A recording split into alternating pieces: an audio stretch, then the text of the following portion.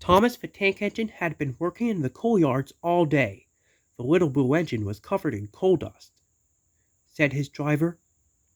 Said Thomas, but the other engines were too busy arguing to notice Thomas. James was talking loudest of all. Huffed Henry. Confided Percy to Thomas. Retorted James.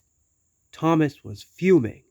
Next morning, as James was being repainted, Henry had an accident. Laughed James. Henry replied. Soon James was showing off his paintwork. Reproached Percy. Advised Terence. And he huffed away, but James was wrong. Said Sir Topham Hatt. So James did it.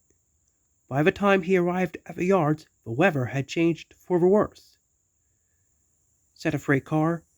James ignored them and set off. Soon they came to a hill, and his driver knew they were in for a difficult time.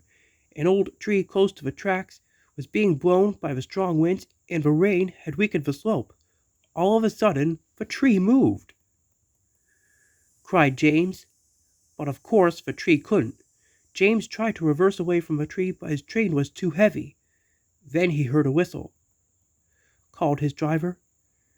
James felt embarrassed and worried that Thomas would laugh at him, but Thomas didn't. He knew this was no time for teasing. Whistled Thomas. Replied James. They were just in time. Later, James spoke to Thomas. Just then, Edward bustled in. Everyone was very happy.